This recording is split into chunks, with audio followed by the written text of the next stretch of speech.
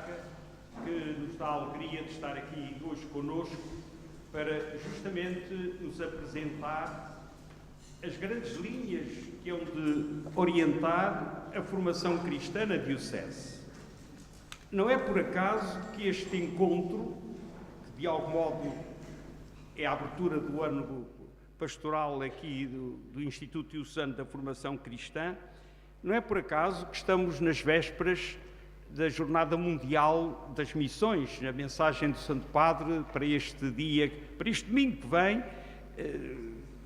abre horizontes mais vastos do que simplesmente a missão ad gentes, a missão que hoje se realiza em toda a parte. Esta formação é uma formação para a missão.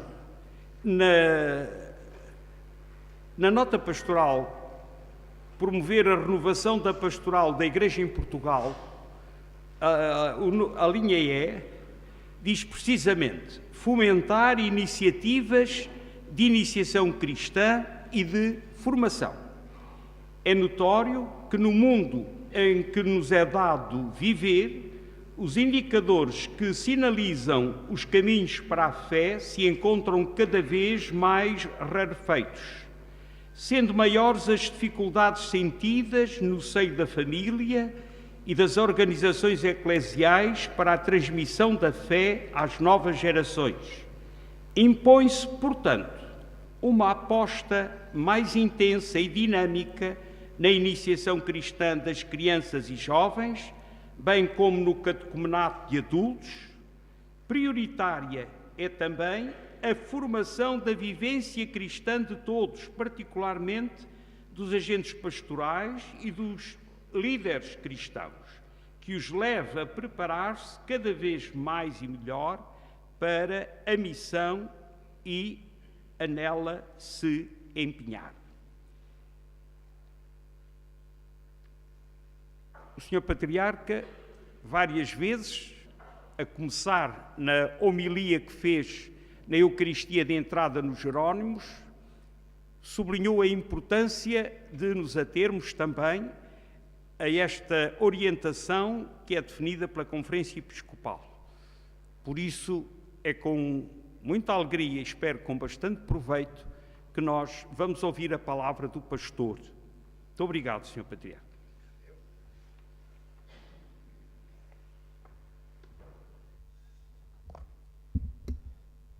Muito boa noite a todos, Sr. Cónigo Janela, Sr. Padre Nuno Amador, meus caros padres, diáconos, leigos, religiosos, enfim, também aqueles que estão connosco através da internet e que seguem esta sessão, que é quase inaugural das atividades formativas da Diocese, assim, a este nível, e concretamente do nosso Instituto da Formação, e que visam isso mesmo, visam dar um enquadramento geral àquilo que cada um fará por si, porque, enfim, nas mais diversas instâncias diocesanas, nas paróquias, nos movimentos, nos institutos religiosos e seculares, enfim, em tantas outras agregações mais espontâneas ou mais organizadas do nosso ser cristãos, se faz formação, porque a formação é uma atividade contínua. Não há nada que nós façamos no dia-a-dia que não ganhe esse valor formativo se for positivamente encarado, porque até às vezes com os desencontros nós nos formamos e vamos aprendendo melhor o que somos, o que são os outros. Nós só reciprocamente é que tomamos consciência de nós próprios e são os outros também que em grande parte nos dizem o que é que havemos de ser através daquilo que esperam de nós. Assim também o mundo em relação à Igreja. Aquilo que eu vos vou dizer, portanto, é muito geral, mas também muito firmado naquilo que a Igreja nos propõe, no seu conjunto, quer em termos de Igreja local, quer em termos de Igreja universal. Aquilo que eu vou dizer até tem bastante consonância com esta introdução que o Sr. Cónigo Janela fez, e eu irei lá, e até com algum detalhe, a esse número daquela nota pastoral que os bispos portugueses nos dirigiram e que é o documento base para aquilo que se haja de fazer nas 20 dioceses do país, a partir de agora, em termos de renovação pastoral. Eu tenho aqui alguns apontamentos que vou lendo e que vou comentando e que depois podereis ver também no site do Patriarcado. Então, o título é este que me foi dado, a formação cristã na Diocese de Lisboa. E um primeiro ponto é muito genérico e diz o seguinte: o programa do Patriarcado de Lisboa para 2013-2014, este ano pastoral que já começámos, com o lema A Fé Atua pela Caridade, inclui, obviamente, as ações específicas do Instituto Diocesano da Formação Cristã, que hoje e aqui assinalamos. E com muito gosto o faço, porque muito espero eu e esperamos todos da ação deste Instituto Diocesano da Formação Cristã. Importa, aliás, recordar os objetivos do Instituto, que assim são enunciados no próprio programa diocesano deste ano. E diz coordenar, e cá iremos a estas palavras, coordenar e fomentar a formação cristã integral do laicado e de quantos têm interesse no conhecimento da fé cristã e da doutrina da Igreja, a interligação com todos os departamentos da Curia Diocesana e outras instâncias que na Diocese têm responsabilidades formativas. Este é um primeiro item. Seguem-se outros. Possibilitar que a formação teológica, espiritual e pastoral permanente e específica esteja ao alcance de todos os que trabalham como agentes de pastoral e ou desejem cooperar nas diversas tarefas eclesiais. Outro item, dinamizar a pesquisa, o estudo e a avaliação de diferentes iniciativas no âmbito da vida diocesana. E ainda, contribuir para a formação de uma consciência cristã capaz de fazer uma leitura crítica, responsável e interventiva da atualidade. Finalmente, descentralizar as iniciativas formativas. É um programa ambicioso, não é um programa que começa agora com o Instituto. O Instituto é, de certa maneira, a organização geral de muita coisa que já se fazia, porque iniciativas de formação, setor a setor, da responsabilidade dos diversos departamentos diocesanos ou secretariados, como se chamavam de antes, isso já há muito tempo que acontece. Só se nos lembrarmos do Secretariado Diocesano da Catequese, como se chamava, e das suas múltiplas ações de formação de catequistas, isto já é muito antigo. Tudo o que se passa também no setor da liturgia, dos acólitos, dos ministros da comunhão, e a respectiva preparação, tudo o que acontece no setor socio-caritativo e o que devia acontecer ainda mais para que essa atividade seja verdadeiramente de igreja e assim se denote. Bem, isto já é muito antigo, ou relativamente antigo, já tem décadas. Agora, o que o Instituto pretende é, de alguma maneira, aproximar todas estas iniciativas e dar-lhes, nesse sentido, alguma coordenação, sem que esta palavra, como veremos a seguir, tenha um sentido muito forte, não é? É uma vontade de que estas coisas não se dispersem e que ganhem em conjunto aquilo que poderiam e que perderiam, certamente, perder se fossem demasiadamente desgarradas e isoladas, como porventura ainda são alguma coisa. Nós estamos agora na Diocese e no âmbito da Cúria a tentar fazer reuniões periódicas, estamos a fazê-las de 2 em 2 meses, em que, enfim, todos os departamentos e os setores, pelo menos digam uns aos outros o que é que vão fazendo no cumprimento daquilo a que, aliás, se obrigaram no programa diocesano, com a respectiva parte que lá inscreveram. Tudo isto tem que ser feito, quer ao nível da Diocese, quer ao nível das comunidades, porque mesmo numa paróquia, numa comunidade cristã mais restrita, mais recortada geograficamente, pode haver muita descoordenação e não saber, por exemplo, o que é que se faz no socio-caritativo por parte da catequese, o que se faz na catequese por parte da liturgia e por aí fora. Nós, enfim, como somos pessoas muito entusiasmadas naquilo que fazemos, às vezes até nos esquecemos que são realidades eclesiais e, portanto, só no conjunto é que se devem também entender. Mas aqui há um trabalho a fazer e isto já é formação. Pelo menos é formatação eclesial, diríamos assim.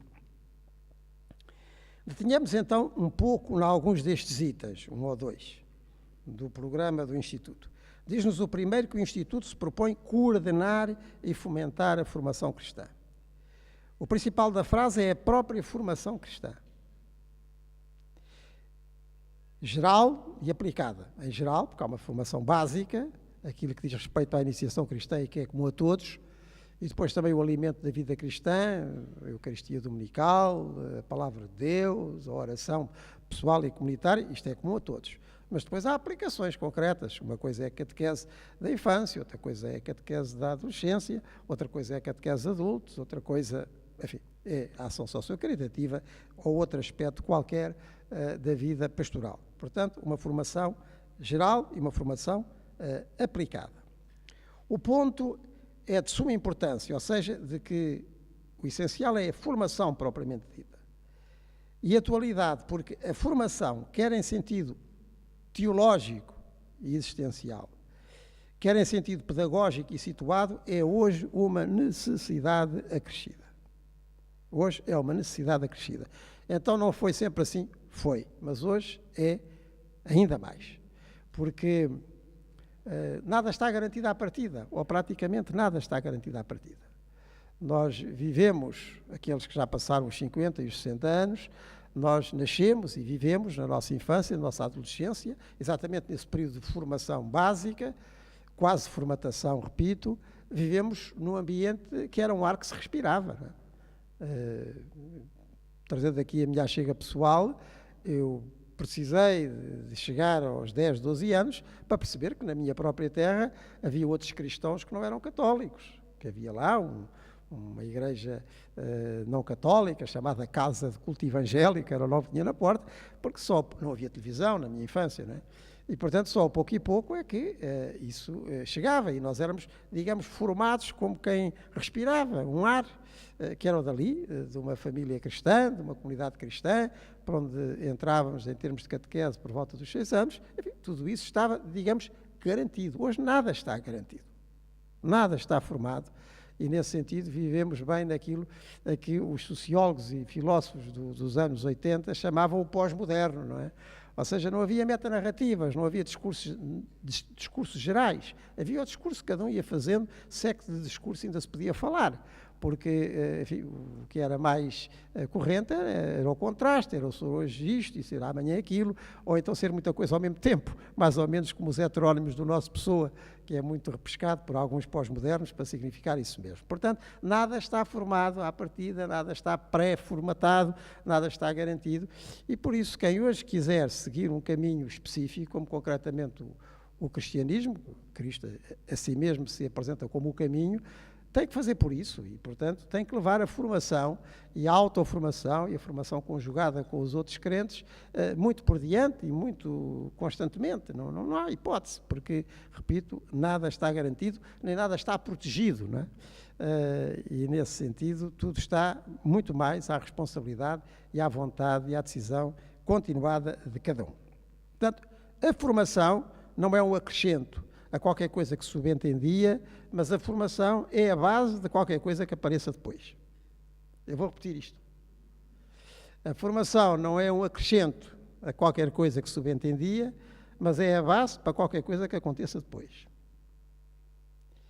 E depois, também a própria formação tem que continuar, porque esse qualquer coisa vai exigir novas etapas da dita cuja formação. Mas eu disse muito rapidamente que é ela a substância e o assunto, a formação propriamente dita, e com sentido teológico e existencial em primeiro lugar. Não é um sentido, digamos, livresco. É por isso também que não se fala em aulas de catequese, seja em que época for da nossa vida, porque é muito mais do que isso. Não é informação, é formação propriamente dita. Em sentido teológico e existencial, porque a construção e reconstrução é quase uma reconstrução contínua, porque com elementos novos constantemente chegam, das nossas vidas, na conformação com Cristo e por ação do seu Espírito, é o único significado que o tempo de cada um pode ganhar. O próprio São Paulo, a certa altura, diz que nós ganhamos a forma de Cristo. E por isso, um tempo cristão, que se queira assim, é um tempo de formação, em que nós somos formados, conformados, transformados, a partir desse princípio novo de vida, que é Jesus Cristo, o ressuscitado na força do seu Espírito. E todo o percurso autenticamente cristão, em que esta palavra passe de adjetivo a substantivo, é realmente interminável, pois que em Cristo se unem, para falar assim um pouco poeticamente, toda a terra e todo o céu, verdadeiro Deus e verdadeiro homem. Quando é que isto acaba? Ou seja, a nossa conformação com uma realidade tão total como é Jesus Cristo, que leva, por exemplo, São Paulo a dizer na carta aos Colossenses que a realidade é Cristo, também se pode traduzir, é o corpo de Cristo que nós formamos com Ele. Bem, é uma realidade tão total, tão plena, que nunca mais acaba de absorver, enfim, todas as pregas do nosso ser, como a existência a pouco e pouco vai revelando. E isto é uma formação cristã, em que esta palavra cristã passa de adjetivo a substantivo. É muito interessante verificar, por exemplo, no caso de Paulo, como é que a formação aconteceu, não é? Porque, em primeiro lugar, nós temos alguém que não é cristão, que não reconhece Jesus como Cristo e que é tomado pela realidade do ressuscitado. Aquele famoso passo da estrada de Damasco, é que depois, direto ou indiretamente, nos seus escritos, ou através do seu discípulo Lucas, Paulo volta sempre. Não é? Há ali um acontecimento marcante que o marca e que o cega e depois o faz ver tudo de outra maneira. Portanto, é um acontecimento decisivo. Depois Paulo vai perceber que esse ressuscitado, que assim lhe rompe pela vida, de uma maneira tão surpreendente, se identifica com os seus. Saulo, Saulo, porque me persegues? Perseguindo os meus discípulos. Isto levará Paulo, mais tarde, escrevendo aos Coríntios, a dizer que a Igreja é o corpo de Cristo. E por isso ele vai entender-se também como batizado, que vai ser logo em Damasco, depois dessa famosa novidade do encontro com o ressuscitado. Ele e os outros batizados formam com o ressuscitado uma realidade só. E a Igreja, que é esta realidade, é o corpo de Cristo. E finalmente, Paulo ainda dirá, agora já não sou eu que vivo, é Cristo que vive em mim. Portanto, a formação cristã, ou seja, o ganharmos nós a forma de Cristo, é uma realidade existencial e teológica absoluta, nunca mais acaba. Aliás, como diz um amigo meu, nós havemos de partir daqui, depois de muita formação, ainda na primária, se não na pré-primária. E este sentido existencial da formação, que é, digamos, galvanizante, que é entusiasmante, no sentido até etimológico desta palavra entusiasmar, porque nos vai preenchendo do próprio Deus, como em Jesus Cristo se oferece. Isto é a formação. É uma realidade global. É uma realidade eclesial, não se apanha fora do corpo de Cristo, em que ele se manifesta, passa nesse sentido uns para os outros, faz-nos crescer coletivamente e todos em Cristo. Cristo é um princípio novo e surpreendente de uma formação total. Isto é importantíssimo ter presente. Quando é que nós estamos aqui formados? Eu já aprendi a doutrina, ou então perguntava aos padres ou aos seminaristas, quando é que tu aprendes a dizer a missa? Isto nunca mais se aprende, então a missa. Portanto, há aqui uma realidade global e de base, onde o mais pode e deve acontecer. Mas se nós não temos esta consciência, nem entramos neste dinamismo, não fazemos uma formação em que o cristão passe, como eu dizia, de adjetivo, que é tirar ou pôr, a substantivo, que não se pode tirar porque é outra natureza. É uma natureza propriamente agraciada. E é esse o sentido da formação cristã. E é por isso que ela é integral. Com certeza que tem uma componente racional, porque nós vamos pensando no que vai acontecendo connosco e vamos tirando aí consequências, é por isso que nós temos cabeça, é para pensar, mas nós não pensamos no vazio, nem no vácuo. O raciocínio não se exerce no nada. O raciocínio faz-se sobre a realidade. E por isso essa realidade é a primeira. E como nós sabemos, até aprendemos com o Evangelho, é inútil nós tentarmos uma formação propriamente cristã de uma maneira, chamar-lhe-íamos teórica ou livresca, ou mesmo audiovisual, se não tivermos a base e a realidade existencial que sustente tal aprendizagem. A verdadeira catequese, que vem no princípio do Evangelho de São João, nunca deve ser esquecida. E a história começa assim. Naquele dia, Jesus ia passar no lugar onde estava João Batista e os seus discípulos, e João diz aos discípulos, apontando para Jesus, aquele de quem eu falei, o Cordeiro que tira o pecado, é aquele que ali vai. E esses discípulos deixam João e seguem Jesus. Jesus repara, e tudo isto é importante, cada um destes passos, Jesus repara que eles vão atrás dele. Mas já houve um João que indicou, já houve eles que começaram a andar, e agora há Jesus que repara que eles vão atrás dele. E quando faz isso, para e pergunta-lhes: o que é que vocês procuram? Estamos entre judeus. Se ele fosse um grego, perguntava de outra maneira, enfim, o que é que indagais? E a mesma coisa a resposta: onde moras? Se fossem gregos, perguntava: como é que te defines? E vão, porque Jesus diz-lhes: venham e vejam. E eles ficam com ele nesse dia. Ficam com ele nesse dia. No outro dia, já estes andam a dizer a terceiros quem é que tinham encontrado. Ou seja, há uma realidade de base de um encontro, não é, que depois permite um caminho e também uma missão. Daí que, vamos lá ver, formação cristã sem fé ainda não é a formação cristã, ainda é a fase da procura. Alguém nos indica, vão por ali, nós temos curiosidade, já é um princípio, mas ainda não é propriamente a formação cristã.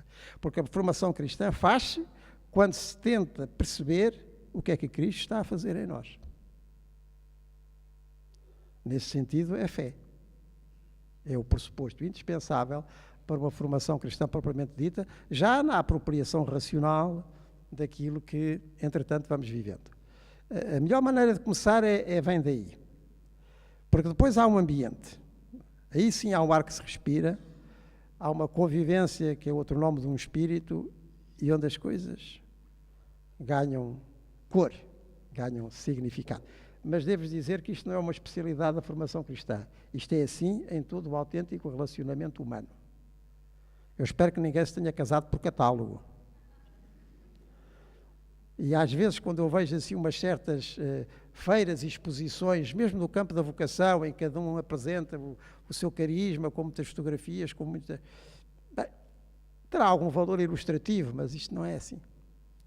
É preciso que haja uma real experiência de contacto, é preciso que, como num namoro, as pessoas se conheçam.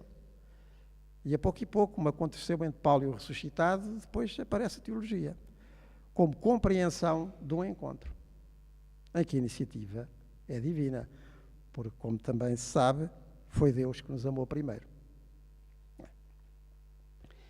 Em sentido teológico e existencial, repito, porque a construção e reconstrução das nossas vidas na conformação com Cristo e por ação do seu Espírito é o único significado que o tempo de cada um pode ganhar.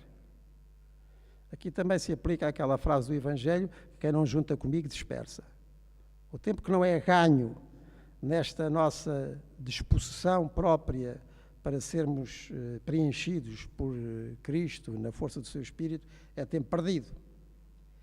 E todo o percurso autenticamente cristão, repito, em que esta palavra passe de adjetivo a substantivo, é realmente interminável, pois que em Cristo se unem, agora sim, toda a terra e todo o céu. O que Deus tem para nos dizer e a terra que Ele tem para fazer sua. Agora por opção nossa e por adequação à sua vontade. Meus caros amigos, eu devo-vos dizer, enfim, muitos de vós sabeis que ao longo dos meus anos, quase 40 anos de lecionação de História da Igreja, eu fui mudando a terminologia. A partir de certa altura, eu usei com muita dificuldade, ou deixei pura e simplesmente de usar a palavra cristão e cristã como adjetivo. Acabaram-se as culturas cristãs, as civilizações cristãs, porque cristão não dá para adjetivo. Adjetivo é coisa de tirar e pôr, não é? Por exemplo, nós dizemos, um homem ou uma pessoa é pequeno ou é alto. O pequeno ou o alto são adjetivos, a pessoa é o substantivo. A mesma coisa se passa com Cristo e com cristão, não se pode juntar. Podemos falar Cristo numa cultura, podemos falar Cristo numa civilização, podemos falar Cristo numa família. Se foi uma família criada, como diz São Paulo, se vos casardes, casai-vos no Senhor. Mas é um princípio novo de vida, não é nada que se acrescente. Eu creio que muitos dos mal-entendidos que nós por aí temos, e ainda temos, e mantemos, vem daqui, em se tomar Cristo e cristão ou cristã como um adjetivo. Quando Cristo toma conta da vida de Paulo, ele é a sua substância, ao ponto, repito, de Paulo poder dizer, e nós devemos dizer com ele, mas consequentemente, já não sou eu que vivo, é Cristo que vive em mim. O substantivo, a substância, mudou. Se quisermos falar ainda em transubstanciação, como utilizamos para a Eucaristia, falamos também no sentido da vida cristã e desta nova forma que a vida ganha a partir de Cristo.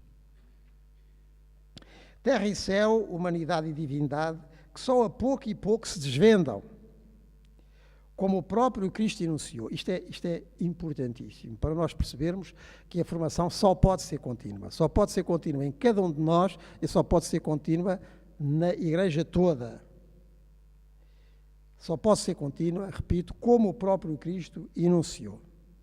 Naquelas promessas do Espírito que vêm nos chamados discursos de despedida do Evangelho de João. Quando diz, tenho muitas coisas a dizer-vos, mas não sois capazes de as compreender por agora. Quando Ele vier, o Espírito da verdade, há de guiar-vos para a verdade completa.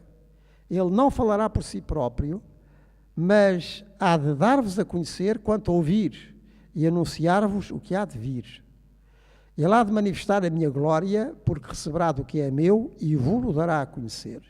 Tudo o que o Pai tem é meu, por isso é que eu disse, receberá do que é meu e vos-lo dará a conhecer. É interessantíssimo que mesmo numa altura em que não havia o sentido histórico da existência como nós o temos hoje, há 2000 anos atrás, enfim, no mundo ainda muito tocado pela filosofia grega, que era completamente ahistórica, isto tenha sido dito e tenha sido entendido pelas primeiras gerações cristãs, como aparece nesta passagem.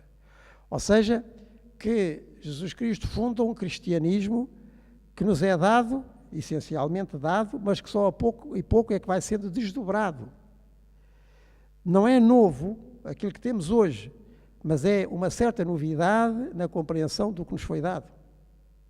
É esse também o sentido da chamada evolução dogmática, não é? Das verdades da fé. Nós não podemos compreender esta evolução dogmática e uma tradição que a pouco e pouco se vai desdobrando. É sempre a água da mesma fonte, mas o rio é mais adiante e vai sendo sempre mais adiante. Se nós não tivermos entendido isto que Cristo aqui diz no Evangelho de João, e que está na base de uma formação que só pode ser contínua. Há coisas que nós, em pequenos, não compreendíamos de nós próprios. Não é que não as tivéssemos já, mas só a pouco e pouco. E agora é que nós somos capazes de entender significados de acontecimentos que na altura não percebíamos. E assim acontece em geral, com o corpo inteiro que é a Igreja. Só a pouco e pouco. Olha, por exemplo, no que diz respeito às últimas definições, aos esclarecimentos dogmáticos, que são os dogmas marianos, não é? Da Imaculada Conceição, em 1854, ou da Assunção de Nossa Senhora, em 1950. Não são verdades novas, mas são enunciados de agora, de algo que a pouco e pouco se foi depreendendo de qual era o lugar de Maria na vida de Cristo. E, portanto, da sua inteira assimilação por aquilo que tinha acontecido em Cristo. Quer no que diz respeito à Imaculada Conceição, quer no que diz respeito à Assunção. Portanto, só a pouco e pouco. Não como novidades, mas como descoberta e aprofundamento da novidade que nos foi dada em Cristo. Isto é fundamental. São Paulo, a certa altura, diz, eu quando era criança pensava como criança e falava como criança. Agora cresci, já falo de outra maneira. E assim com todos nós. E nós sabemos mesmo que o drama de muitas catequeses esquecidas foi terem ficado na linguagem, os conceitos que tinha necessariamente utilizar quando era para falar a crianças. Simplesmente essa não é a nossa linguagem, nem sequer são já os nossos conceitos, não digo no essencial, mas no genérico de quando adultos. E aos 60 não aprendemos como aos 40, nem aos 40 como aos 20, nem aos 20 como aos 10. Portanto, quer em termos pessoais, quer em termos globais da Igreja toda, na compreensão daquilo que Cristo nos trouxe, há uma evolução dessa compreensão. Cristo é uma realidade tão total que por isso mesmo nos surpreende com uma novidade que está constantemente aí a palpitar. Um exercício fácil de memória para compreendermos isto. Claro que já compreendemos, mas para ilustrar. Quando nós ouvimos falar de uma personagem grande, não é? Marcante, histórica, às vezes até na nossa própria família, um avô, uma avó, um bisavô, ou então lá mais para trás da nossa família comum, enfim, como pátria, figuras marcantes ou como humanidade, nós pensamos nessas pessoas, temos a sua herança, digamos cultural ou outra, mas sabemos que essas pessoas não são atuais. Naquilo que nos legaram, sendo forte, sendo essencial, à atualidade. Mas a pessoa em si não é atual. Não se vestia como nós, não falava como nós, não comia como nós, não convivia como nós. Em relação a Jesus Cristo, nós não temos este sentimento.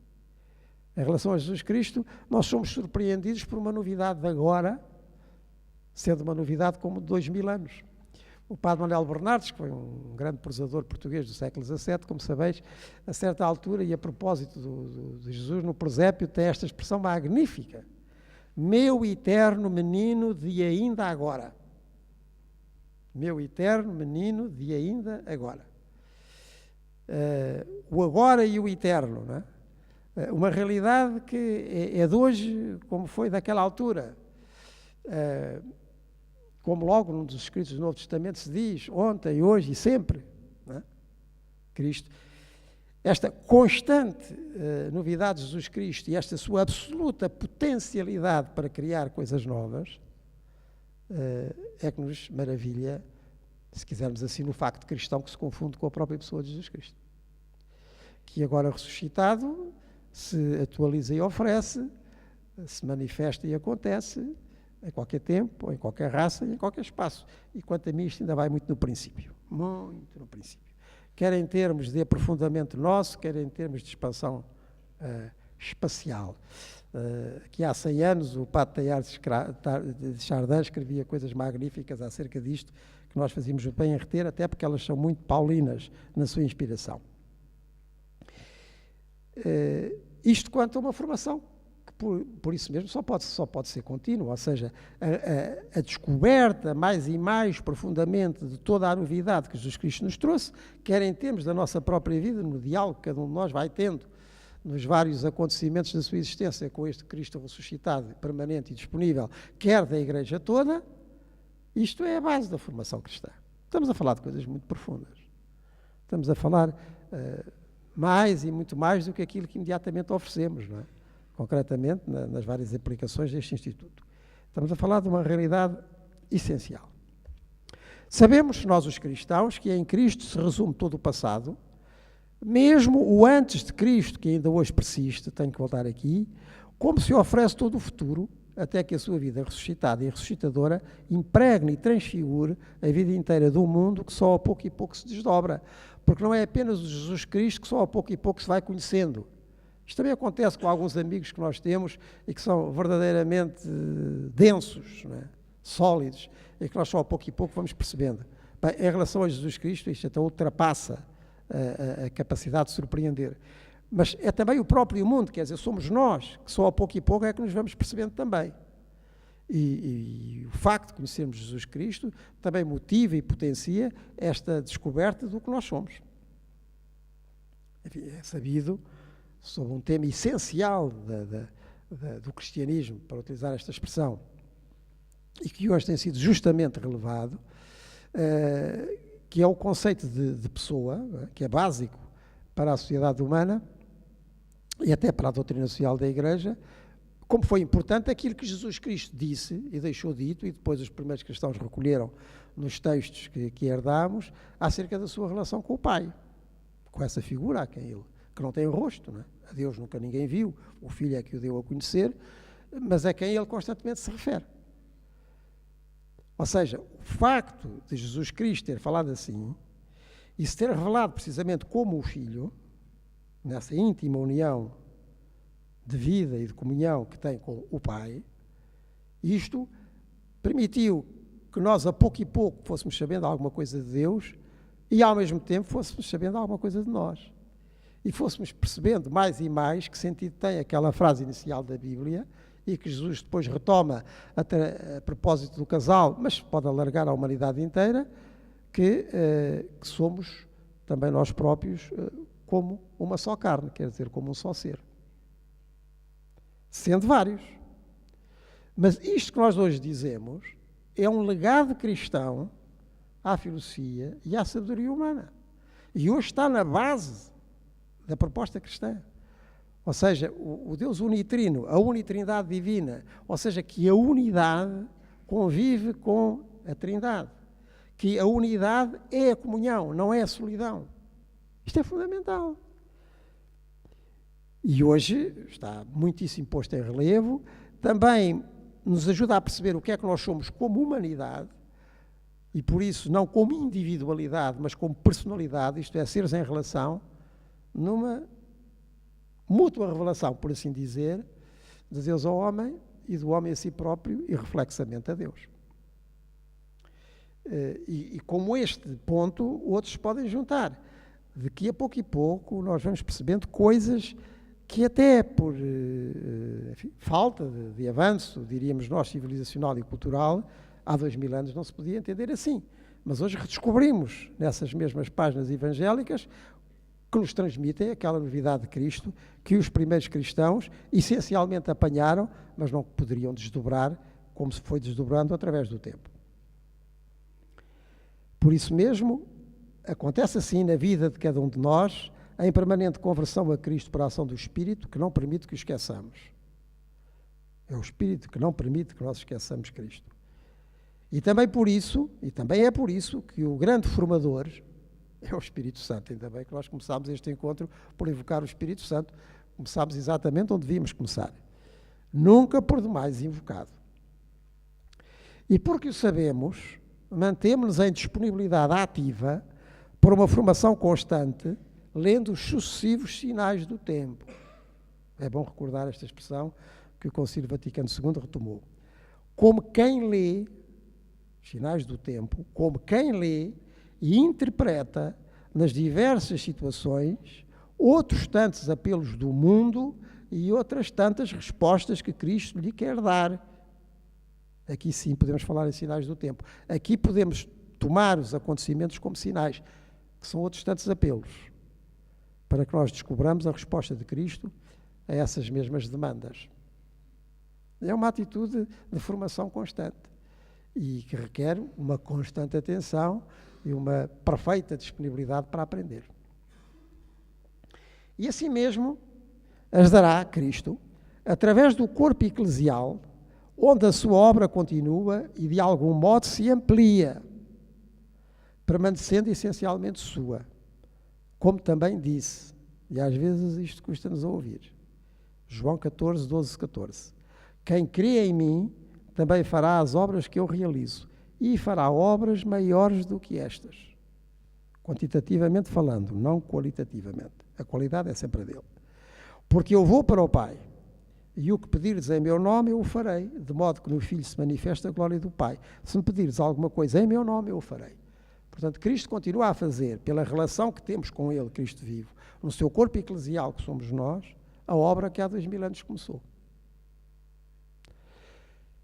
Atrás deixei, disse que ia lá voltar, aquela afirmação de que há um antes de Cristo que ainda hoje continua.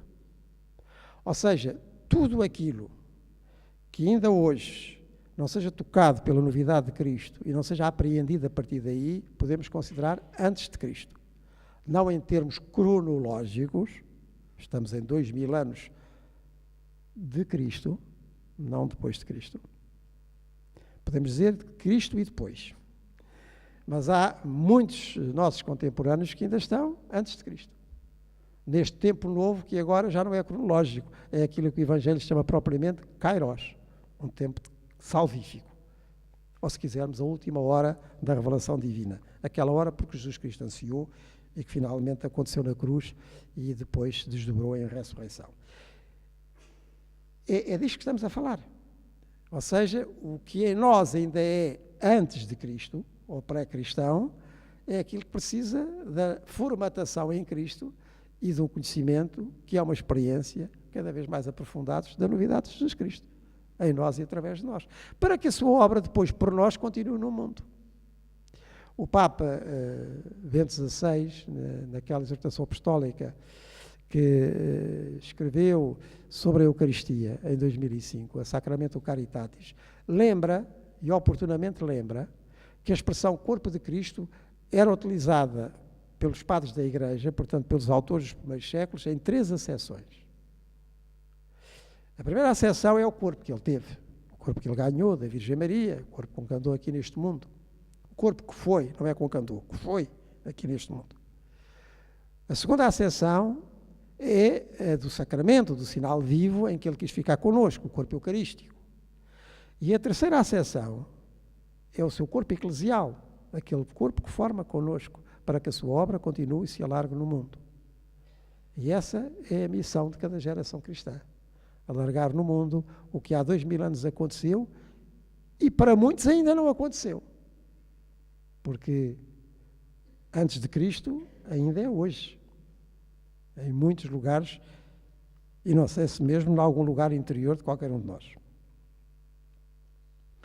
É fundamental recordarmos estas indicações evangélicas para melhor percebermos a densidade e a exigência da formação cristã. Para cada um de nós e no tempo em que vivemos. E isto face às alegrias e esperanças, tristezas e angústias que compartilhamos com os nossos contemporâneos, como tão propriamente o enunciou o Concílio Vaticano II, logo a abrir a Constituição Pastoral, a Gaudium et Spes, cujo cinquentenário o Instituto Diocesano tem presente na sua programação e não podia ser de outra maneira. A doutrina conciliar é extremamente fecunda em todos os aspectos a que se dirija e, portanto, tem de estar presente em qualquer curso que se ministre e em qualquer atividade formativa que se leve por diante, com certeza. E já agora vale a pena recordar, porque é de particular atualidade, o enunciado da Gaudium et Spes 1. Ainda se ouve e lê, de quando em quando, que a Gaudium et Spes, portanto, aquele documento único, aliás, na história eclesial e na tradição e do magistério, porque tem como objeto o mundo em si mesmo e consistentemente considerado na sua relação com a Igreja e da Igreja com ele, mundo, que esse documento é um documento muito datado, porque, enfim, anos 60, princípios dos anos 60, primeira geração do pós-guerra, e, portanto, com a frescura, com aquela consciência de que agora ia ser tudo diferente, de que, enfim, a libertação dos povos, a aproximação das classes, tudo isso estava ali ao estender da mão, mas é isso. Depois deu lugar a muitas desilusões, e, portanto, hoje, a Gaudium et Spes, alegria e esperança, é ler apressadamente as coisas, porque o enunciado não é só Gaudium et Spes, é Gaudium et Spes luctus et angor. As alegrias e as esperanças, as tristezas e as angústias dos nossos contemporâneos são as alegrias e as esperanças, as tristezas e as angústias dos discípulos de Cristo. E se alegrias e esperanças mantemos algumas, e é por isso que cá estamos, não é? Tristezas e angústias também não têm faltado, e por isso a palavra de ordem conciliar está perfeitamente em dia. É este, terceiro ponto, é este o sentido forte da formação cristã que, de algum modo, condiciona o objetivo enunciado de coordenar e fomentar, como pretende na letra o Instituto, na verdade, sendo essencialmente uma ação do Espírito, para que a obra de Cristo progrida na história, faça história, crie história. Através dos seus, esta ação, antecede e extravasa o que por nós próprios poderíamos prever ou concentrar. Em toda a vida da Igreja e na atividade formativa em particular, nós temos que ter esta consciência de que as coisas não começam por nós. E por isso extravasam muito aquilo que nós, com toda a boa vontade, programamos, e temos que programar, com certeza, mas temos que manter assim uma grande disponibilidade para que eventualmente as coisas não aconteçam exatamente como nós tínhamos previsto e concretamente novas coisas seja preciso aceitar, incluir, integrar. Há aqui uma grande hospitalidade requerida para que o Espírito nos possa surpreender na continuação do conhecimento e da obra de Cristo. Portanto, estas palavras nós usamos-las, mas temos que as usar com muito cuidado, como aliás em relação a tudo ao que a Igreja se refira. Isto tem dono. E não é nenhum de nós. E eu creio que esta eleição do Papa Francisco, o grande ar fresco que ele trouxe lá do hemisfério sul, nos está a surpreender diariamente, porque com aquele misto de exercício espiritual constante e de adequação à pobreza de Cristo, que é uma grande disponibilidade em relação ao Pai e à vontade do Pai, tão franciscanas, ele está a fazer história. Ou seja, ele está a deixar que Cristo faça história através da ação da Igreja, concretamente no seu primeiro servidor, ou para utilizar uma linguagem bonita de São Gregório Magno, no servo dos servos de Deus. Tenhamos isto sempre em conta. Nós fazemos programas, é bom, precisamos, enfim, não podemos fazer tudo ao mesmo tempo, temos que, enfim, apurar tanto quanto nos parece, prioridades, e depois temos que levá-las por diante, e depois o que se faz hoje não é o que se faz amanhã, e o que se faz amanhã depende do que se faz hoje, portanto temos que programar, isto faz parte. Mas nunca somos donos de nada na vida da Igreja e somos servos, ouvimos isto há poucos dias numa missa, numa passagem difícil do Evangelho de São Lucas, inúteis.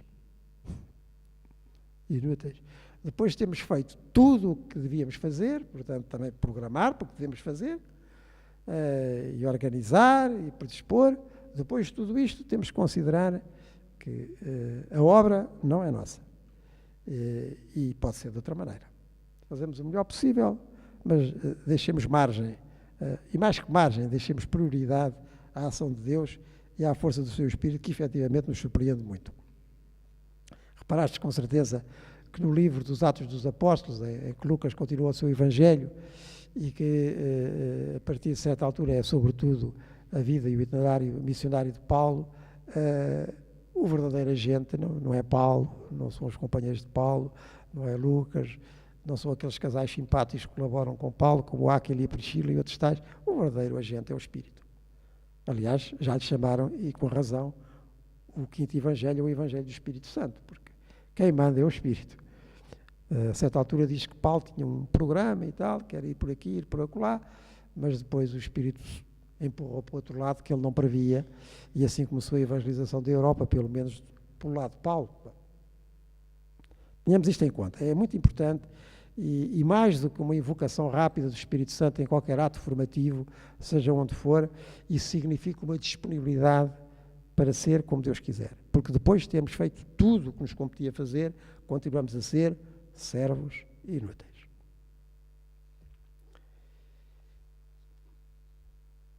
E o mesmo se diga, um bocadinho mais atrás, passa-se com qualquer serviço diocesano, o mesmo que acontece, isto também tem a sua importância, o mesmo que acontece numa igreja particular ou local, que outra coisa não é senão a localização de tudo o que o Espírito carismaticamente concede e ministerialmente concretiza para a vitalização do corpo eclesial de Cristo, para a glória do Pai e feliz realização do mundo.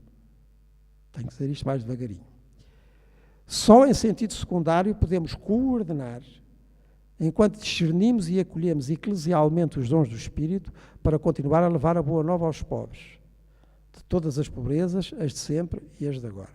Bem, o que é que eu pretendo dizer essencialmente com isto? Estamos no Instituto de Formação na Diocese de Lisboa.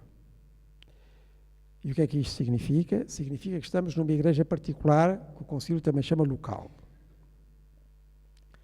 E o que é uma igreja particular? O que é uma igreja local? É uma certa localização da igreja, que é uma realidade global. Como todos nós sabemos, nenhum de nós acede à humanidade, a não ser pela sua particularidade. Nenhum de nós está em todo o mundo, a não ser estando verdadeiramente num lugar que seja. Assim também em relação à Igreja. A Igreja é uma realidade global. Chamamos-lhe o corpo de Cristo, com as palavras de São Paulo. O corpo eclesial de Cristo é uma realidade global, que nos transcende em absoluto. Olha, por exemplo, que integra todos aqueles que nos precederam na fé. E aos olhos de Deus também aqueles que hão de vir.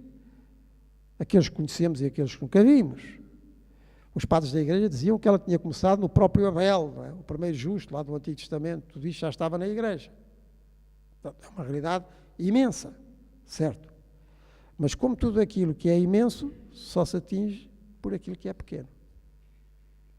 E por aquilo que é pequeno, quer dizer, por aquilo que é localizado. Uma igreja local é a localização da igreja. E, portanto, o que nós temos que fazer, e aqui também se fala de acolhimento, mesmo no Instituto, mesmo na iniciativa diocesana de formação, é estar muito abertos a acolher, ainda mais coordenar, a acolher tudo aquilo que o Espírito dá à Igreja. Concretamente carismático, e entendamos a palavra, um carisma, no sentido paulino do termo, são as graças que o Espírito dá para a construção do corpo de Cristo, que é a Igreja. É isso que é um carisma.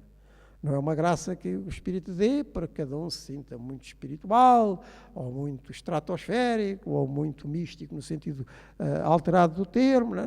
Não é disso que se fala.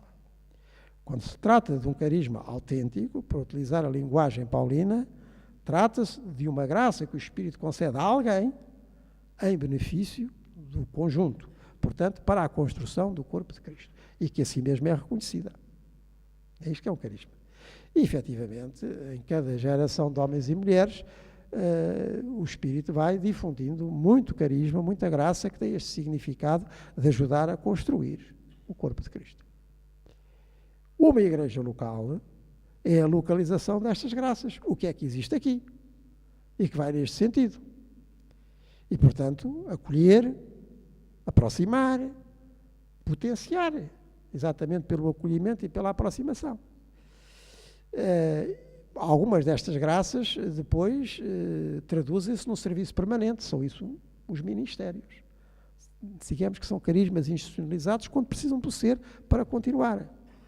Olha o que é que aconteceu com os institutos religiosos, ou o que é que aconteceu com alguns movimentos, são exatamente carismas institucionalizados. A certa altura percebeu-se, e nem se demorou muito tempo a perceber, que aquilo que tinha acontecido naquele homem, naquela mulher, e que depois se alargou ao grupo que comungou desse carisma, importa à Igreja que continue. Então institucionaliza-se.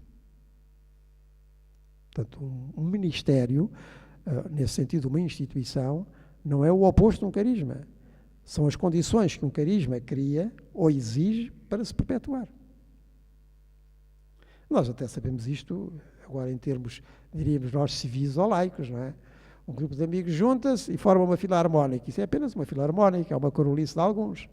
Depois percebe-se que aquilo é muito importante lá para a terra, para o desenvolvimento da música, e cria-se uma instituição, faz-se uns estatutos, forma-se uma direção, e um carisma tornou-se numa instituição, enquanto for necessário.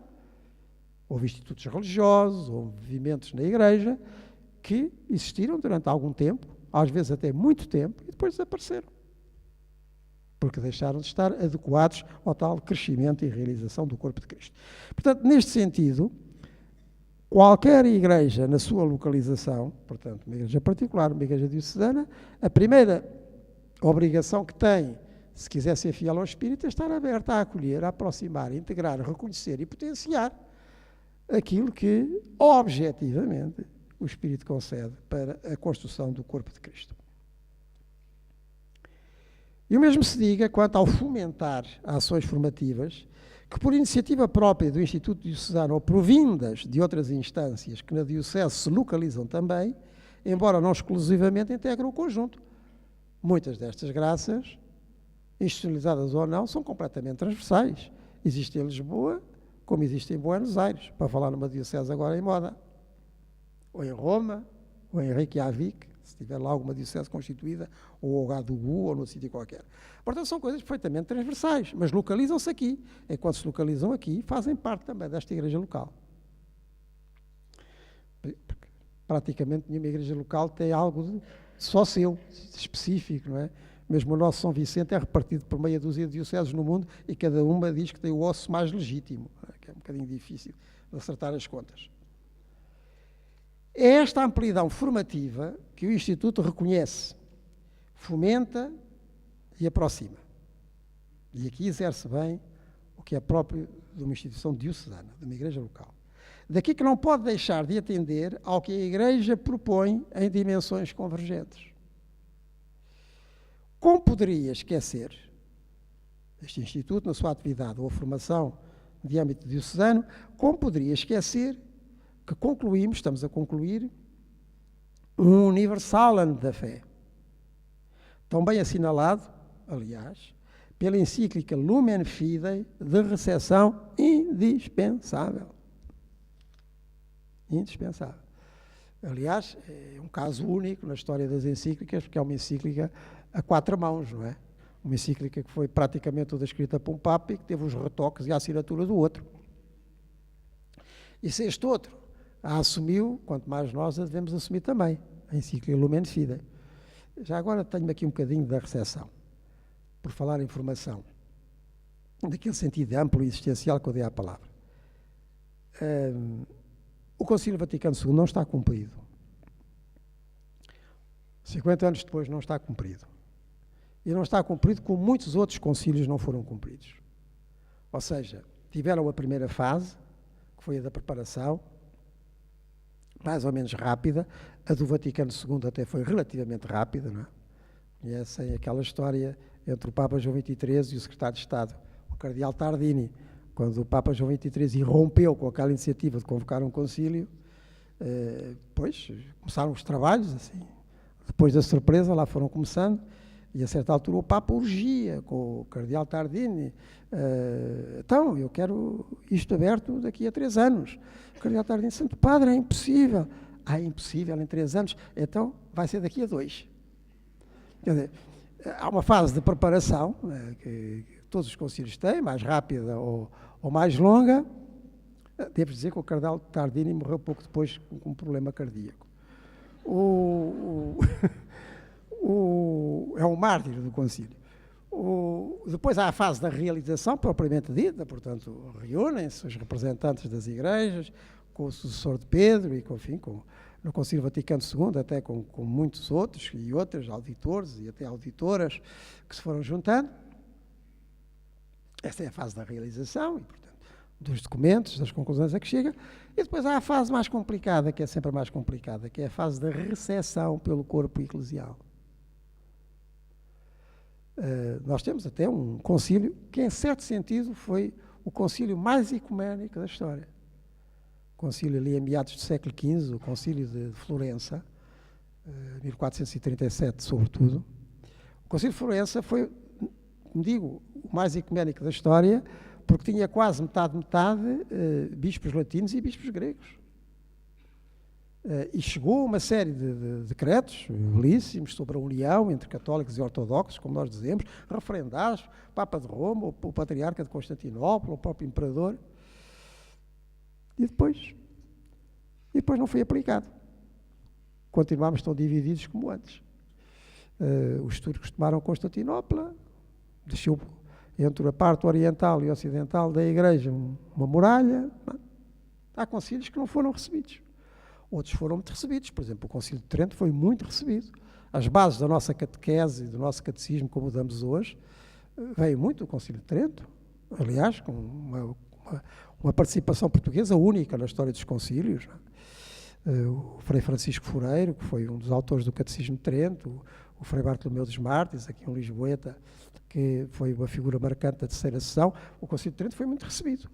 Esta base, não só catequética, mas organizacional, dioceses, paróquias que nós temos hoje, vem muito do Concílio de Trento. Esse foi relativamente recebido. Mas no Concílio do Vaticano II, esta recepção ainda está em curso. E esta é uma boa oportunidade, estes 50 anos, estes anos, do cinquentenário do Concílio, entre 2002 e 2005, vamos a meio, são anos muito propícios para nós retomarmos os documentos conciliares e percebermos que há ali muita coisa ainda não digerida, não absorvida. Vamos a isso. E o mesmo se diga, então, quanto ao fomentar ações formativas que, por iniciativa própria do Instituto Diocesano ou por vinda de outras instâncias, se localizam também, embora não exclusivamente, e integram o conjunto. O Instituto Diocesano da Formação Cristã entende-se como uma mesa larga de proposta, acolhimento e partilha de quanto o Espírito nos ofereça para todos crescermos no conhecimento e testemunho de Cristo e do seu Evangelho. É esta amplidão formativa que o Instituto reconhece, fomenta e aproxima. Daqui que não pode deixar de atender ao que a Igreja propõe em dimensões convergentes. Como poderia esquecer, como disse atrás, que concluímos um ano universal da fé, tão bem assinalado pela encíclica Lumen Fidei, de recepção indispensável. A encíclica Lumen Fidei é fundamental para nós compreendermos um dos problemas, no sentido grego do termo, algo que está aí diante de nós e que nos desafia, atuais, que é a relação entre a fé e a ciência, como hoje se põe. E como é hoje se há de entender. É um texto claríssimo, daquela clareza luminosa dos escritos de Bento XVI, e que põe toda esta temática com uma franqueza que a torna, essa encíclica, num verdadeiro tratado de introdução à fé. Quer aqui o nosso Instituto de Formação, quer as nossas paróquias, movimentos e grupos que têm atividades formativas, fazem muito bem em começar a sua formação com uma análise, uma apresentação de alguma parte da Lumen Fidei.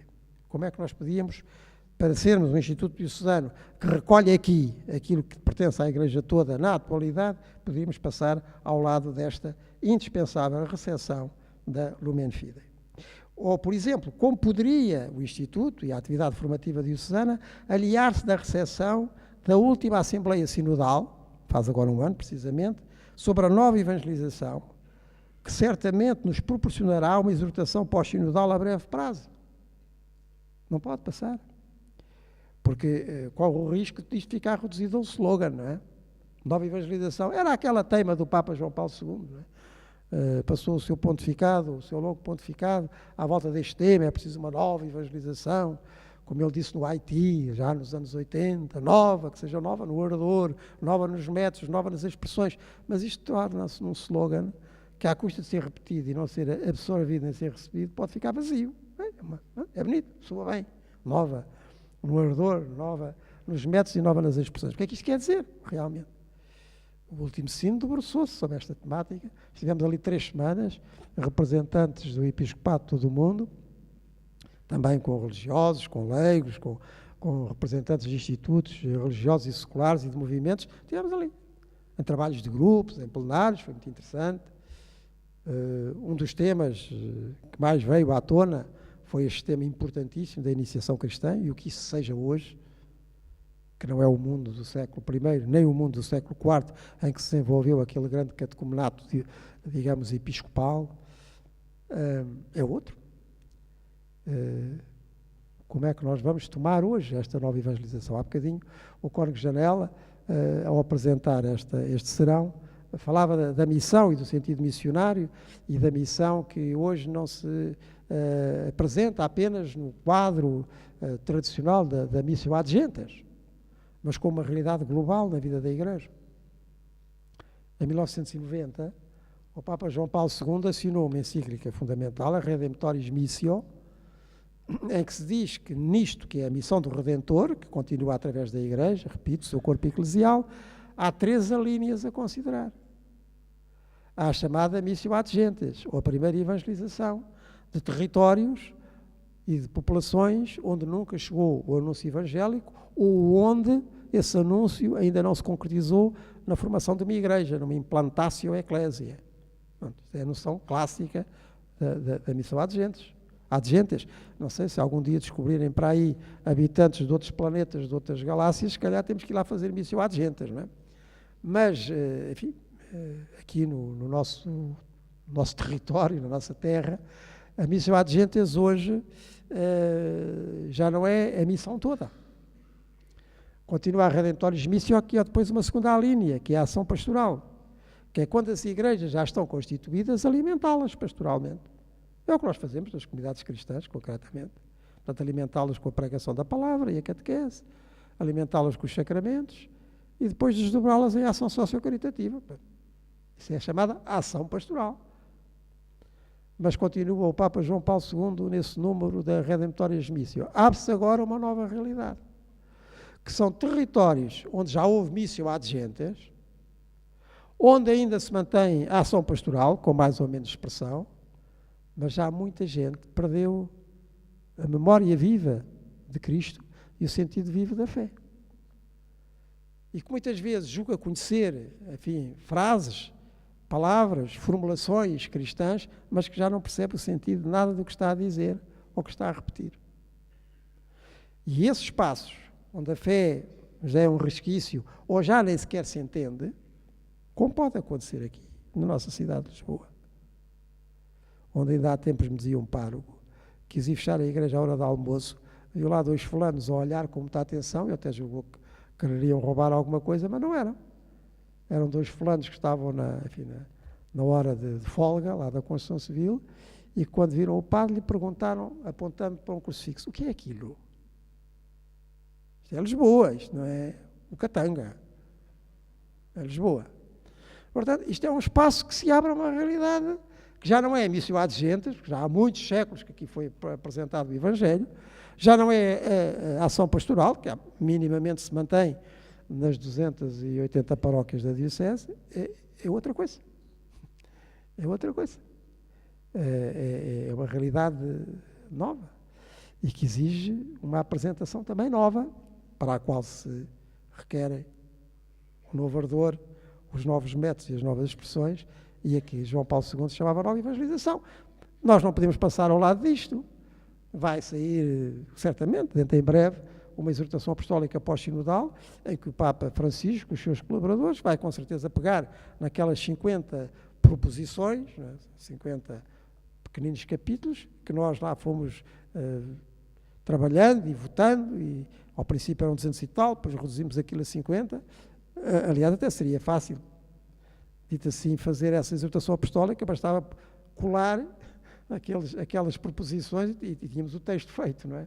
Mas, enfim, há de sair de outra maneira, não podemos passar ao lado disto. Ou seja, localizar a Igreja, mesmo no aspecto formativo, é integrar, aproveitar e desenvolver aquilo que vem da Igreja Universal. Falei destes 2 aspectos, aliás, já falei de 3. A recepção do Vaticano II, a encíclica Lumen Fidei, agora estou a falar do Sínodo da Nova Evangelização, que, aliás, publicou logo a sua mensagem, devo dizer, uma mensagem belíssima. Quando o grupo que nós elegemos e que fez aquela redação a apresentou, teve um aplauso da Assembleia Sinodal que durou mais de 3 minutos, de tal maneira nos sentimos reconhecidos naquilo em que eles estavam a resumir os debates. Portanto, essa mensagem está disponível. Não pode passar ao lado para ser uma atitude eclesial, esta da formação diocesana.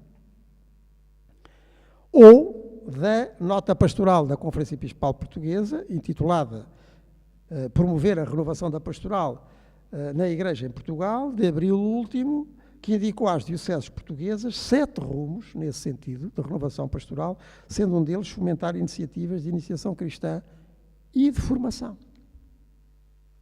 Aliás, o Cónigo Janela já citou aqui expressamente um desses rumos. Devo dizer que este documento, esta nota pastoral, a que eu me tenho referido várias vezes desde que cheguei aqui a Lisboa, é único na história da Igreja e da pastoral em Portugal. É único na história da Igreja e da pastoral em Portugal. Nunca aconteceu uma coisa assim. A Conferência Episcopal Portuguesa, desde os anos 60, quando foi formada, na esteira do Concílio, tem feito muitas cartas pastorais, algumas sobre a formação, outras sobre a catequese, outras sobre a evangelização, mas geralmente são feitas como se fazem os documentos na nossa conferência e nas outras conferências. Pedimos a algum de nós que crie um grupo de trabalho, ou ele próprio, que faça um esboço, e depois ele apresenta isso numa sessão plenária da conferência. Às vezes estamos ali uma tarde, uma manhã, às vezes até mais do que um dia, e depois sai uma carta pastoral. Ou uma nota pastoral, se for mais pequena e mais dirigida. Bem, isto é o nosso trabalho normal, e assim nas outras conferências episcopais, com mais ou menos staff, mas é mais ou menos isto. Esta não foi assim. Esta resulta de um trabalho verdadeiramente eclesial, como eu não conheço outro na história da Igreja em Portugal, e estou a ser ambicioso. Porque em 2007, os bispos portugueses foram a Roma, na chamada visita ad limina apostolorum, portanto, ao limiar, ao terreno dos apóstolos, Pedro e Paulo, que lá estão sepultados. Fomos ao Papa. Fomos dizer como é que iam as nossas dioceses, aliás, tínhamos mandado os relatórios antes. Ali estivemos, conversámos com vários serviços romanos para tratar disto e daquilo, comum às dioceses portuguesas, e depois o Papa fez-nos um discurso final, onde, aliás, incluindo a generalidade das nossas sugestões, disse que nós precisávamos de rever com cuidado os nossos itinerários formativos, agora estamos na formação, como é que havíamos de levar por diante uma autêntica iniciação cristã nas nossas comunidades. E nós chegámos a Portugal, e ainda em Roma, e depois em Portugal, na Assembleia da Conferência Episcopal, começámos a pensar que seguimento vamos dar a isto. E o seguimento habitual seria, como eu disse atrás, pedíamos 1 ou 2 bispos mais treinados nestas escritas para se juntarem com 2 ou 3 ou 4 ou 5 ou 10 peritos destas questões da formação, fazerem um documento e depois, na seguinte Assembleia Plenária, fazíamos mais uma carta pastoral, que tem sempre muito interesse, sobretudo para quem quiser fazer teses de doutoramento ou de mestrado no futuro. E já fazem volumes. Não é? Ora bem, decidimos fazer de outra maneira. Como isto não é uma interpelação feita aos bispos, mas feita às igrejas portuguesas, então vamos devolver esta questão às igrejas portuguesas. E em 2008, 2009, 2010, 2011, nas 20 dioceses portuguesas, melhor ou pior, mas nas 20 dioceses portuguesas, nos institutos religiosos e seculares, em várias outras associações e movimentos, foram-se trabalhando propostas de formação, de iniciação, que depois foram juntas e reunidas num enorme dossiê, que deve ser o mais volumoso que existe na Conferência Episcopal, que tem milhares de respostas. Nunca se fez nada disto na história da Igreja em Portugal. Depois, pedimos à Comissão Episcopal da Missão, dirigida pelo Sr. António Couto, olha, meu caro amigo, agora resuma isto tudo em 4 ou 5 páginas, muito incisivas, sobre as grandes prioridades da ação formativa da Igreja. Rumo à missão. Formar para a missão. E essa nota saiu em abril, e aquelas 7 linhas, que lá se dizem 7 rumos, para a renovação pastoral da Igreja, têm por dentro, e muito bem sumariados, o sumo de milhares de páginas. Que, aliás, devo dizer, em 90% dos casos coincidem nos mesmos pontos, o que já é muito sintomático. E um deles tem a ver precisamente com a formação. Aquele que o Cónigo Janela citou, e eu ainda vou citar outra vez. Promover a renovação da pastoral da Igreja em Portugal de abril último, que indicou às dioceses portuguesas 7 rumos nesse sentido, sendo um deles fomentar iniciativas de iniciação cristã e de formação. É este rumo que a nota pastoral de abril passado apresenta assim, o que o Sr. Cónigo Janela já leu, e eu porventura lerei mais devagar e com alguma paragem num ponto ou noutro. É notório que no mundo em que nos é dado viver, os indicadores que sinalizam os caminhos para a fé se encontram cada vez mais rarefeitos, sendo maiores as dificuldades sentidas no seio da família e das organizações eclesiais para a transmissão da fé às novas gerações. Exatamente aquilo que eu disse no princípio desta conversa. Ou seja, aquilo que antes, pelo menos em boa parte do nosso país, era como um ar que se respirava, e portanto já tínhamos aí o pressuposto da catequese, que tudo fazia sentido, porque depois a catequese dava nomes a coisas que nós já tínhamos absorvido. Hoje não existe assim. E portanto, digamos que a atmosfera, em termos de evangelização, está mais rarefeita. É uma noção da física, quer dizer, menos densidade no mesmo espaço. Concretamente da cidade em termos de evangelização e de proposta evangélica, de pensamento e de vida. É um facto. E não só rarefeito, contrafeito. Se fosse só rarefeito, é contrafeito. E por isso mesmo, no meio de tanta contradição, ouvir uma coisa em casa, e em casa já se ouvem muitas coisas, porque estamos em plena geração digital e em casa entre o mundo inteiro, não é?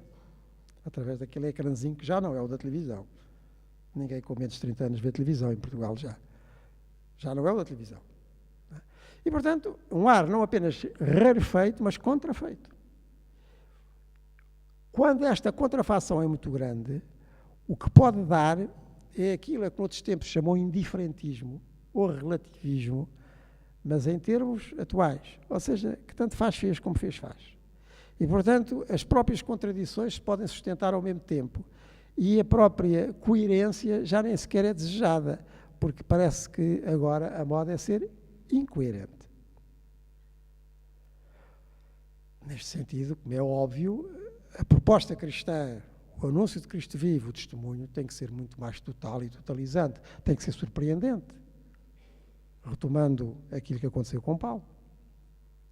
Impõe-se, portanto, uma aposta mais intensa e dinâmica na iniciação cristã das crianças e jovens, bem como no catecumenato de adultos, que é uma exigência cada vez maior, porque cada vez surgem mais, sobretudo nos nossos meios urbanos e periurbanos, adultos que não tiveram nenhuma iniciação cristã e, portanto, sacramental também não. E aquilo que era, enfim, algo extraordinário, de vez em quando aparecia alguém, agora começa a ser algo de comum. Eu, na Diocese do Porto, nos últimos 2 anos, estava a insistir muito que, pelo menos por vigararia, se fizesse um centro catecumenal.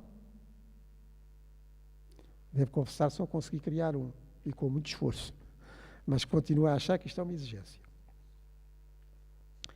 Prioritária é também a formação da vivência cristã de todos, particularmente dos agentes pastorais e dos líderes cristãos. Isto é sempre o rumo, que os leva a preparar-se cada vez mais e melhor para a missão e a nela se empenhar.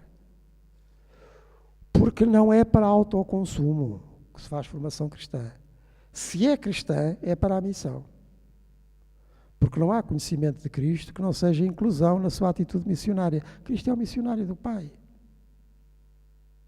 E, portanto, a descoberta de Cristo é a descoberta da missão, tal e qual como aconteceu com Paulo. A descoberta de Cristo foi o princípio da missão. E quando não é, é porque não se descobriu Cristo. Outra coisa qualquer em que o rótulo assenta muito mal. E, sobretudo, onde ele, Cristo, se sente muito pouco à vontade. Isto diz a nota pastoral. Eu vou já encaminhando para o fim. Isto diz a nota pastoral. E, muito em coincidência, diz outro objetivo do Instituto Diocesano da Formação Cristã, propondo-se, e isso vai no seu programa, contribuir para a formação de uma consciência cristã capaz de fazer uma leitura crítica, responsável e interventiva da atualidade. Aqui esta formação, sobretudo, nem é preciso esperar muito, mas a partir da adolescência, se não mesmo já da infância. Mas, sobretudo, a partir da adolescência, isto requer que na formação se cultive esta atitude crítica, de discernimento e de atuação. E temos que recuperar aquela escola que Jesus Cristo iniciou com os seus discípulos e que em Portugal, dos anos 30 até aos anos 60, esticando um bocadinho para os anos 70, chamou, em termos genéricos, a ação católica. Ou seja, aquele método de olhar a realidade, de ajuizar, de avaliar, de discernir em termos evangélicos e tirar daí uma ação empenhativa e transformadora. Isto é fundamental. É absolutamente fundamental. E, portanto, a formação não se faz no vazio. Faz-se na realidade e cria a realidade. Cria a realidade cristã. Porque, mais uma vez, como diz São Paulo aos Colossenses, a realidade é Cristo.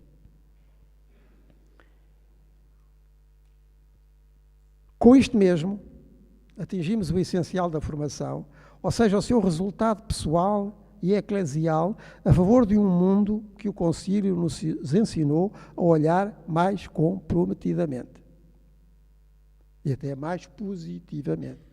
Eu aprendi na catequese e, num certo sentido, continua a ser verdade, que verdade, que os inimigos da alma são o demónio, o mundo e a carne. Mas era assim, o mundo, não é assim que o Concílio fala do mundo. Há bocadinho li aquela afirmação básica da Gaudium et Spes, que já de si é uma novidade absoluta, um concílio que dedica um documento, uma Constituição, portanto um dos seus documentos principais, à relação Igreja-Mundo, positivamente encarada. As alegrias e as esperanças, as tristezas e as angústias dos nossos contemporâneos são as alegrias e as esperanças, as tristezas e angústias dos discípulos de Cristo. Ora bem, atingimos então o essencial da formação, ou seja, o seu resultado pessoal e eclesial, a favor de um mundo que o Concílio nos ensinou a olhar mais comprometidamente. Como ressoam atualíssimas as palavras de João 23, na Constituição Apostólica Humanae Salutis, em que o convocou. Portanto, a Constituição com que o Papa convocou o Concílio. E dizia assim o Papa João, número 3, da Humanae Salutis. A Igreja tem consciência hoje da grave crise que aflige a sociedade humana. Hoje. E quando a comunidade dos homens entra numa ordem nova, pesam sobre a Igreja obrigações de uma gravidade e amplitude imensas, como nas épocas mais trágicas da sua história. Trata-se, na verdade, de pôr o mundo moderno em contacto com as energias vivificadoras e perenes do Evangelho. Este é que é o objeto da formação. Mas está claro que tem que começar por nós. Senão, como é que isto se ativa? Pôr o mundo moderno, agora já não é de 1962, é de 2013, pôr o mundo moderno em contacto com as energias vivificadoras e perenes do Evangelho. E, sobretudo, que não aconteça connosco aquilo que Jesus diz hoje, no Evangelho da Missa de hoje, aos doutores da lei do seu tempo, que nem entram, nem deixam entrar. Nada menos do que isto visa a formação cristã, de consequência necessariamente evangelizadora e missionária, ou, como pretende o nosso programa diocesano, atuar a fé pela caridade, concretamente aquela que tiveram para me escutar tanto tempo. Muito obrigado.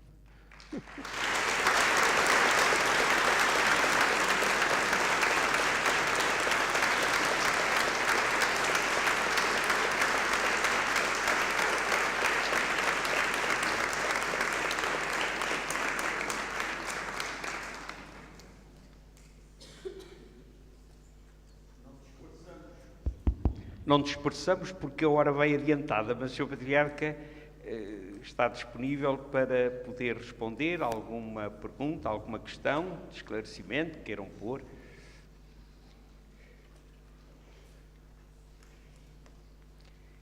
Eu não posso, mas o Sr. Patriarca pode dar indulgências ao primeiro começar.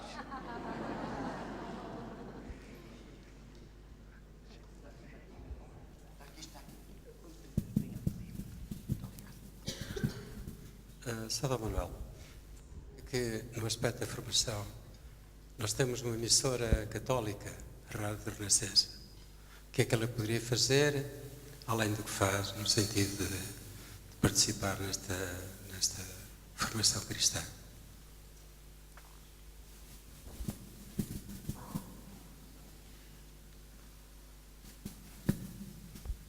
Outra intervenção, depois o Sr. Patriarca faz a gestão da resposta.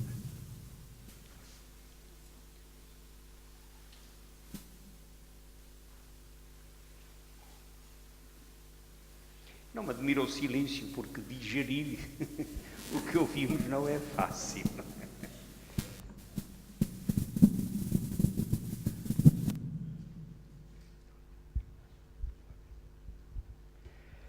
Bem, meus amigos, a nossa querida Rádio Renascença, emissora católica portuguesa, é um caso muito interessante, aliás, no conjunto das rádios católicas. Lá estou eu a utilizar substantivos como adjetivos, tenho uma certa dificuldade nisto, como vos disse atrás, mas enfim, é para nos fazer, para nos entendermos. A Rádio Renascença tem esse propósito de pôr Cristo na rádio e fazê-lo chegar através desse meio tão importante e que não perdeu a sua oportunidade a muita gente. É uma rádio que se apoia na economia, que depois se reverte em publicidade e que ajuda, enfim, a pagar tudo aquilo que por lá se faz e que é caro, e que é um meio caro.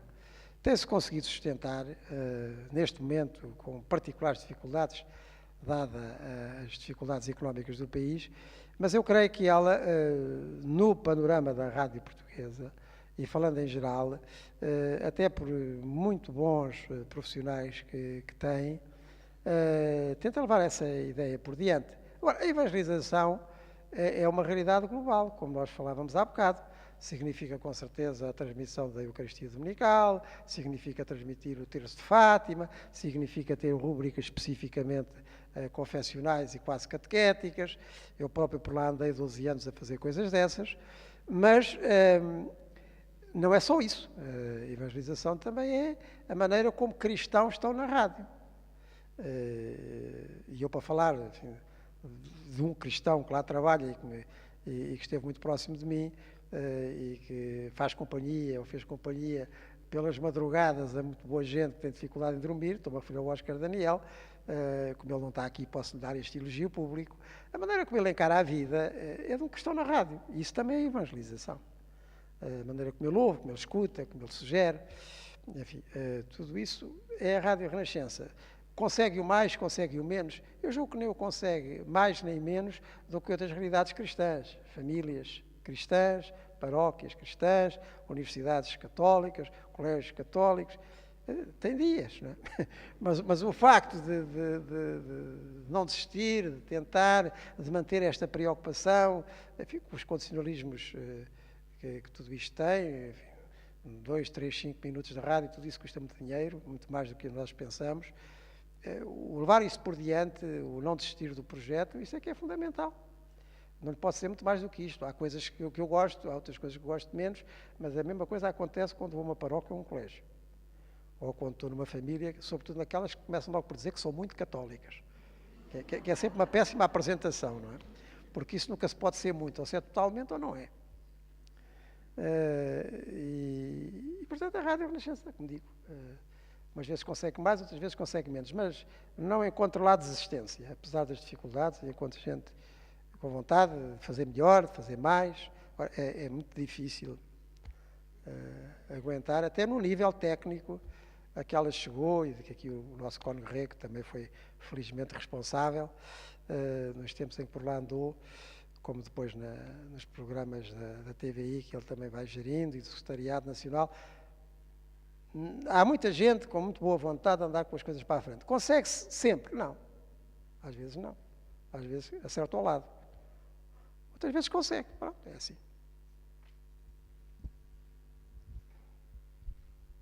Bem, são 11 horas. O Sr. Cardeal Policarpo dizia que às 11 horas o Espírito Santo retira-se. Nós também nos vamos retirar. Eu só queria agradecer mais uma vez ao Sr. Patriarca. Foi para nós, Instituto, não sabíamos o teor da comunicação, mas foi uma forte interpelação, isso vos garanto. Ao fim de 4 anos era a altura de revermos os estatutos. A palavra coordenação já a tínhamos posto em causa, até porque hoje, graças a Deus, há outras instâncias, até na Cúria Diocesana, como o Sr. Patriarca referiu. Mas o Sr. Patriarca já nos ajudou, em vez de coordenação, acolher e fomentar. Por isso, para nós foram interpelações muito fortes, até sobre as temáticas que devemos assumir. É isto que nós precisávamos também e que agradecemos muito. E como o Sr. Patriarca disse, aquilo que é feito a nível diocesano, que agora seja feito a nível local.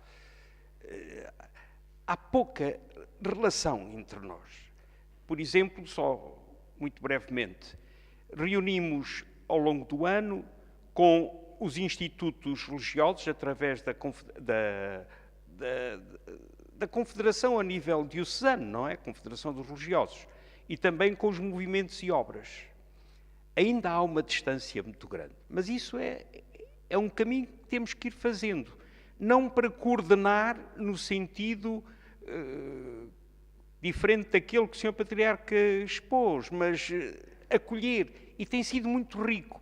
Os 7 ou 8 ou 9 ou 10 ou 12 ou 13 movimentos que se reúnem, às vezes até muito diversos, dão-se a conhecer, o que não acontece normalmente.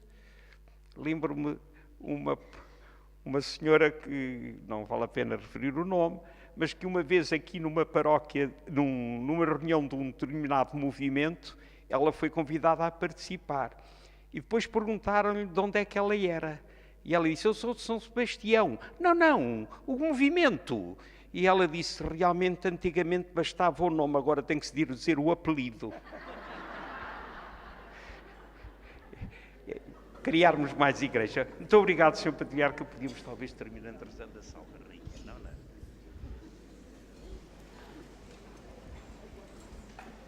Muito bem. Se houve alguém em quem o Espírito Santo trabalhou à vontade e realizou inteiramente a sua obra, foi na Mãe de Jesus.